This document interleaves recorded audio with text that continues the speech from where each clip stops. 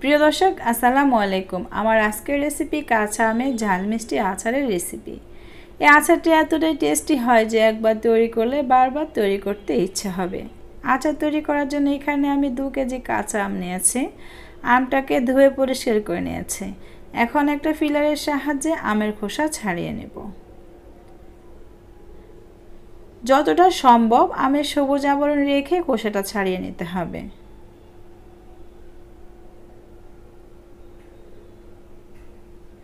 লম্বা লম্বা পালি করে আমি আমগুলোকে 6 টুকরো করে কেটে নিয়েছি।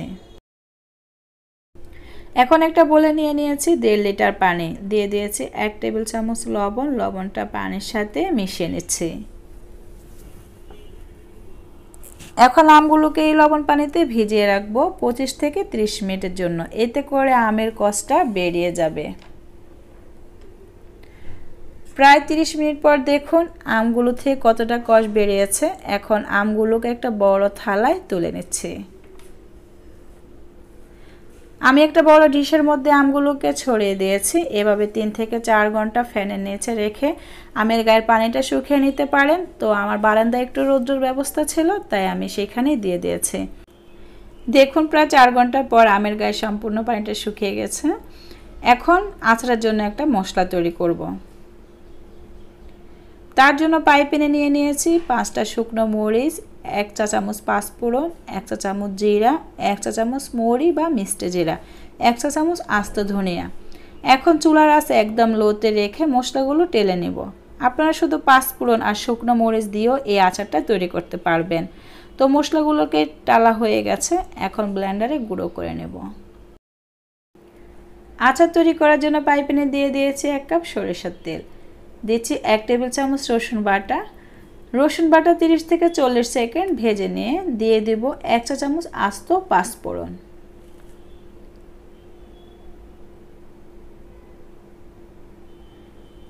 এখানে দিয়ে দিচ্ছি 2 টেবিল চামচ সাদা সরিষা বাটা। এখন এই মশলাগুলোকে 30 সেকেন্ড ভেজে নেব।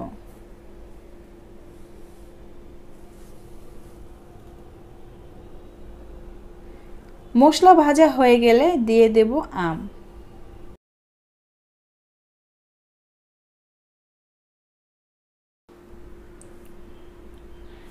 আম দিয়ে মশলার সাথে নেড়ে ছেড়ে ভেজে নিয়েছি 2 মিনিটের মতো। এই সময় কিন্তু চুলার আঁচ বাড়িয়ে ভাজা যাবে না, তাহলে মশলাগুলো পুড়ে যেতে পারে, তখন আর আচারটা খেতে ভালো লাগবে না।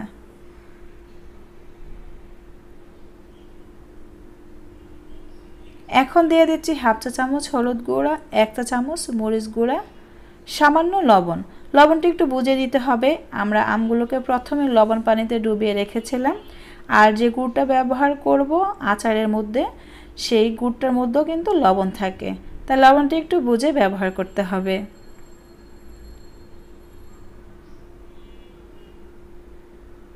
এই পর্যায়ে দিয়ে দিচ্ছি 1 কাপ আখের গুড়, আর দিচ্ছি 1/2 কাপ চিনি। আমার এখানে আর মিষ্টি ব্যবহার করতে হয়নি, এই মেজারমেন্টেই পারফেক্ট হয়েছে। তবে আমের টক বুঝে কম বেশি মিষ্টি লাগতে পারে।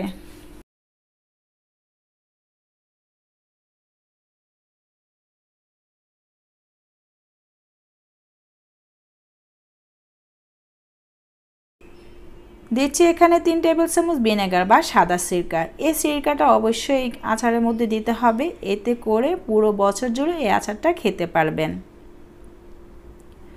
এরই মধ্যে চিনিটা পানি ছেড়ে দিয়েছে, আর এই চিনির পানির মধ্যে আমগুলো সিদ্ধ হয়ে গেছে। এখন দিয়ে দেব আচারের জন্য তৈরি করে রাখা মশলা। আমি এখান থেকে 2 টেবিল চামচ মশলা দিয়ে দিয়েছি। এখন চুলার আঁচ লোতে রেখে আরও 10 মিনিট জাল করে নেব।